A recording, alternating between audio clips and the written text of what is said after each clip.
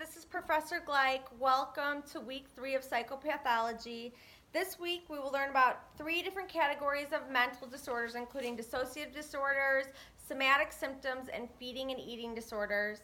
This module covers the dissociative disorders, specifically dissociative identity disorder, dissociative amnesia, and depersonalization, derealization disorder. Learning about somatic symptoms and related disorders will include somatic symptom disorder, illness anxiety disorder, conversion disorder, and psychological factors affecting other medical conditions and factitious disorder. You are then exposed to the more common feeding and eating disorders of anorexia and bulimia. The disorders of binge eating disorder is also included, along with pica, rumination, and avoidant restrictive food intake disorder in this module. The competency-based assessment model highlights cultural, social, and environmental factors influencing the diagnosis of these disorders. So the reading this week from the Psychopathology textbook from Gray and Zide will be Chapter 9, Dissociative Disorders, and then you want to review the PowerPoint for Chapter 9. Chapter 10, Somatic Symptoms, and then you want to review the PowerPoint for Chapter 10. And Chapter 11, Feeding and Eating Disorders, and then you want to review the PowerPoint for Chapter 11. In the DSM-5, in Section 2, you'll want to read the dissociative disorders, pages 291 to 308, the somatic symptom disorders from pages 309 to 328, and the feeding and eating disorders from pages 329 to 354.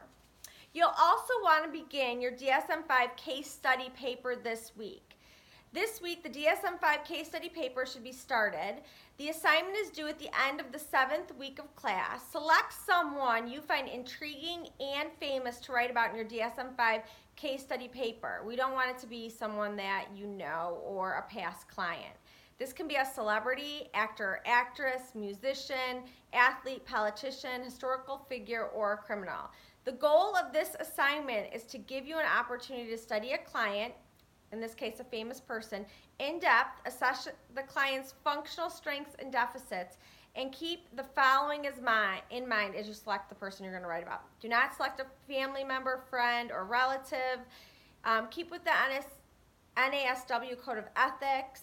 Indicate in your introduction section of the report that the person in the paper was never evaluated by you. Indicate you are using this as a course assignment and as part of your professional training, and that at this point in your professional development, you are not qualified to conduct psychological evaluations.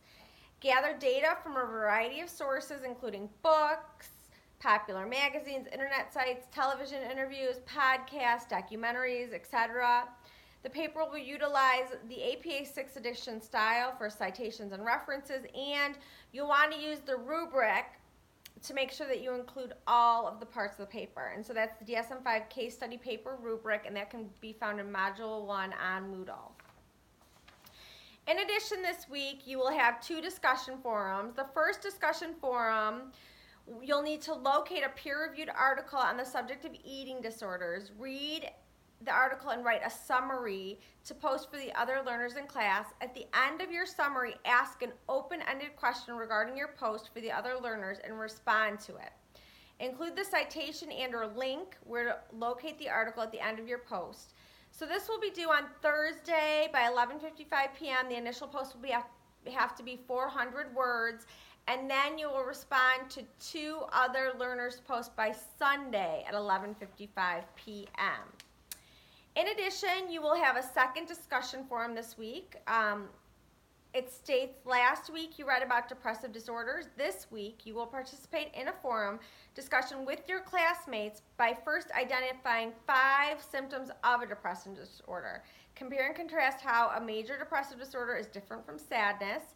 Give your thoughts on whether you think it is possible for a person who struggles with depression to be diagnosed with another disorder, and without breaching any confidence, so being ethical and not using any names, being confidential, describe any cases of depression you have encountered in your work or life experiences. So your first post, your initial post, will be due Thursday by 11:55 p.m. and be at least 400 words. And then you're going to respond to 2 other learners' posts by Sunday at 11:55 p.m. In addition, this week we have the first exam, Exam 1. The exam will consist of 36 multiple choice questions. You will want to have your DSM-5 handy for this, and you're going to be utilizing it throughout the exam. Then the 37th question is actually going to have 14 parts and will be most closely associated with the fill in the blank. There's actually a drop down menu for each of these 14 responses where you'll look, and I think there's about 8 to 10 possible choices, and you'll pick one of those to fill in the blank. So in total it'll be 50 questions, so allow enough time to complete 50 questions. You can go back and forth from the exam. So let's say you only finish 20 questions, it will save that for you, and then you can go back and finish the exam at a later time.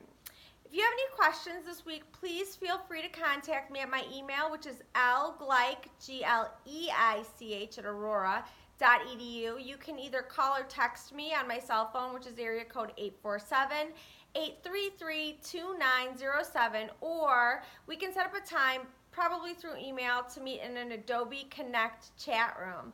Thank you so much and have a great week.